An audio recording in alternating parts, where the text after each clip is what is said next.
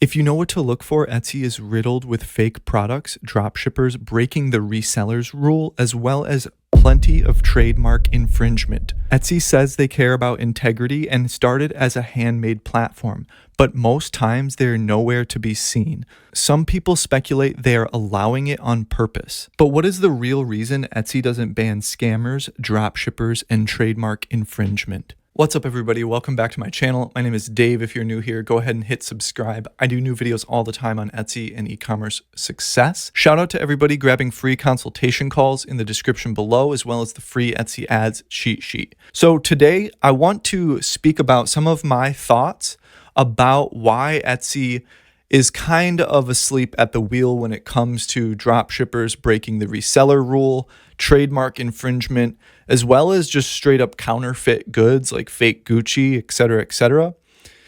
It's a big topic, and while Etsy is an amazing place to sell on, and it's very lucrative and it's easy to get into if you're doing print on demand or digital downloads, it can be very frustrating for real sellers that are following the rules, seeing a lot of, trashy sellers selling drop-shipped products that they're not allowed to be on the platform, as well as trademark infringement that just sticks around and it's kind of a gray area, or they will eventually get taken down, but right now they're making a ton of money. Situations like that can be extremely frustrating, and I know the Etsy community is had enough of it. However, I don't see it getting any better because of this one concept that I want to portray to you. So think about this. Imagine if, let's just for the sake of conversation, say that 10% of Etsy's listings, overall, all the listings on Etsy, 10% of them, this might be too high, this might be too low,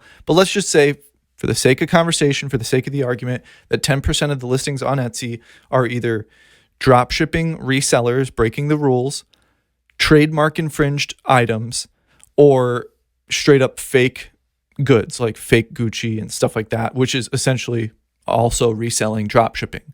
Let's say 10% of that is on Etsy. That means that 10% of Etsy's revenue, 10% of Etsy's numbers for stockholders, for financial reports, to value themselves as a company, whether or not outside investors want to give them more money, that's 10% of their bottom line. If they went to all-out war with these listings, that would mean 10% of their value gets wiped away. Would that be good for Etsy, or would that be bad for Etsy from a corporate shareholder point of view? Now, I've said this in past videos. I'm not a CEO of Etsy. I have no idea of how to run a corporation. But currently, they're, according to their own reports, they're around like 1,100 employees on Etsy.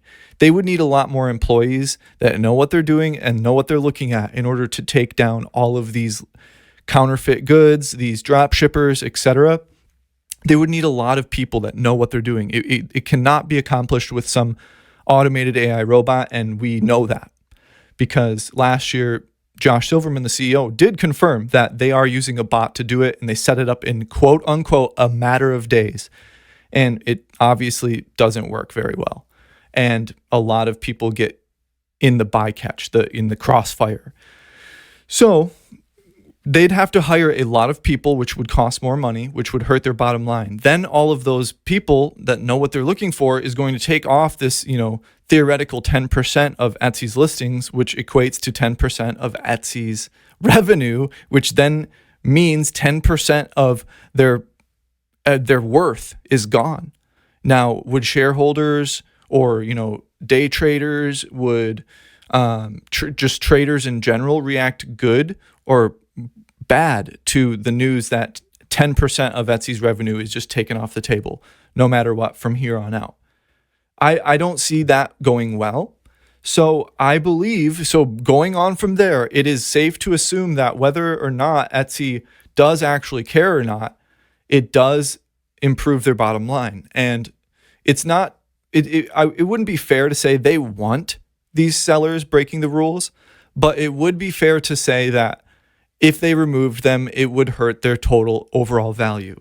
So that would not be a good situation. For example, if you're in certain video game communities, removing robot accounts that just farm different things nonstop, or like hackers and cheaters on other video games, removing them and going to all out war with them would reduce a total player count in video games. So that's what kind of sparked this thought and this idea that some companies willingly don't try to clean up because it helps their bottom line. So that's kind of like my analogy and thoughts on that. So it's an uncomfortable truth, but just let me know your thoughts and your opinions in the comments below, and have a beautiful day.